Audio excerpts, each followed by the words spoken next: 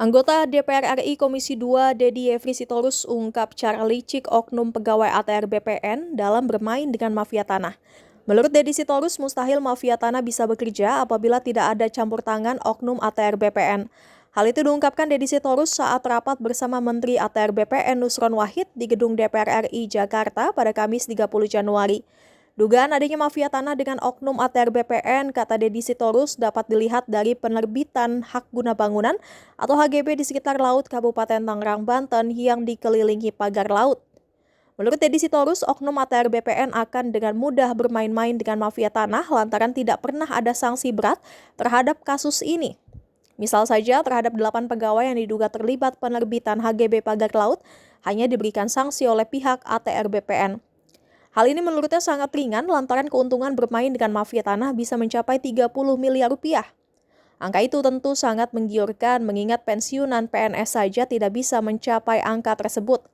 Maka Dedi Sitorus mendesak agar Nusron Wahid berani membawa para pegawainya yang bermain ke ranah hukum.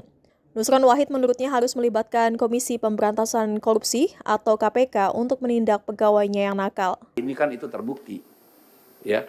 Tetapi yang menjadi pertanyaan saya, ini kenapa sanksi berat? Apakah ini persoalan administrasi atau persoalan pembegalan hukum, Pak? Tidak ada mens rea di sini untuk keuntungan pribadi atau kejahatan hukum. Kalau hanya sanksi berat, Pak, ini akan berulang terus di mana-mana, Pak.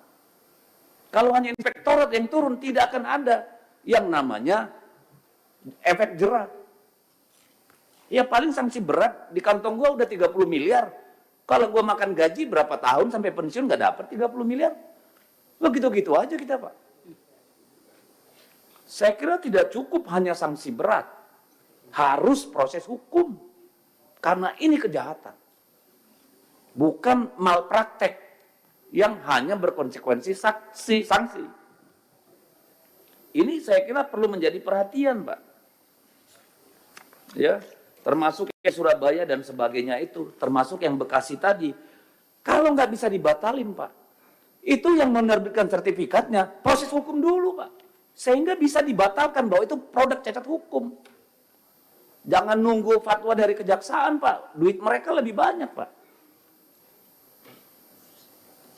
Saya minta, mohon, ya udah proses hukum, Pak. Sehingga bisa dibatalkan itu. Karena soal ruang abu-abu aturan kita ini, Pak, sangat mudah dimanipulasi, Pak. Semua ada bohirnya, mau bikin PP, mau bikin perpres, mau bikin apa, semua bisa-bisa aja. Jadi saya sangat berharap penegakan hukum di sini, Pak, supaya ada efek jerah, Pak Nusron. Supaya Bapak bisa memulai, ya, memimpin ATR BPN ini dengan legacy, Pak. Pembersihan di dalam, Pak. Narasi penegakan hukum itu harus sangat kuat.